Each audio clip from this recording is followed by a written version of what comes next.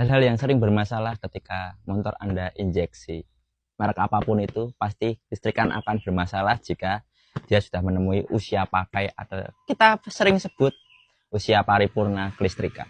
Apa aja itu? Simak sampai habis. Regulator atau AKA kiprok.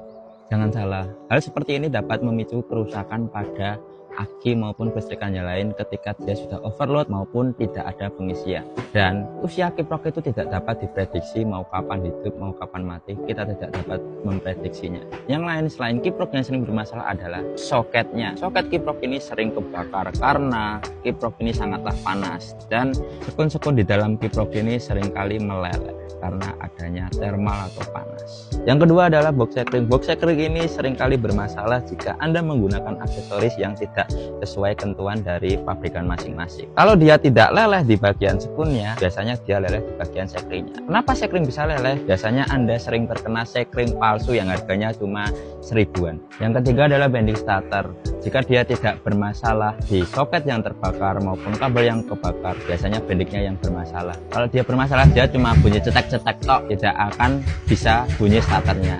Yang keempat adalah sensor CKP, yaitu CKP itu fungsinya untuk membaca putaran mesin yang akan dikirimkan atau sebagai inputan dari ECU sendiri. Itu seringkali bermasalah, yaitu mistud atau gagal pembacaan dari putaran mesin sehingga ECU membacanya salah dan akan menimbulkan berebut maupun masalah-masalah yang lain. Yang kelima adalah soket TPS, di mana dia sebagai inputan dari bukaan gas. Nah, ketika soket maupun TPS-nya error, maka ECU juga ikut error dan mesin pun juga ikut error. Kenapa itu bisa terjadi? Karena dia ngaco dalam bukaan gasnya. Ini akan menimbulkan berebut maupun hal-hal yang akan bermasalah pada mesin Anda di kemudian hari. Yang keenam adalah ISC. Ketika ISC error, maka motor Anda idle-nya akan ngaco di pagi hari maupun malam hari karena dia akan membuka katup udara kecil di throttle body untuk penyetingan di idle-nya atau idling. Ketujuh itu O2 sensor, dia yang membaca AFR dari motor ketika mesin hidup di RPM tengah maupun tinggi. Dia itu sering error karena ya tahu sendiri tempatnya di knalpot. Ketika dia error, maka idlemu tidak mau turun. Jangan salah, di kunci kontak pun sering terjadi motor kadang hidup,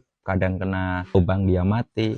Ini sering bermasalah di kunci kontak ini. Dan kalau di motor-motor tertentu, dia ada diodanya di dalamnya sebagai pengaman dari ECU. Nah, itu diodanya sering putus karena pemasangan ECU yang kurang benar atau yang tidak direkomendasikan oleh pabrik. Ketika motor Anda mati mendadak dan tidak bisa hidup lagi, maka Black Angel pun ini sering error, ini kadang miss pembacaannya ketika dia sudah memiliki usia. Ini karena kobusi setiap motor itu mempunyai usia pakai yang kita tidak bisa perkirakan. Customer pada bawa TPS sendiri, ternyata yang bermasalah cuma kobusinya. Meskipun dia terlihat baik-baik saja, tapi tidak mungkin dia baik-baik saja. Karena apa? Ini kalau terjadi kebocoran sangat kecil terlihatnya. Dan jangan salah, untuk kalian yang bermotor-motor ABS jangan bersukaria dulu. Karena ternyata jika Anda mempunyai motor ber-ABS tapi tidak pernah namanya kuras minyak rem, maka minyak rem yang bocor ke modul itu dapat merusak PCB-nya. Dan yang peran terpenting lain selain modul yang rusak adalah sensor yang rusak. Biasanya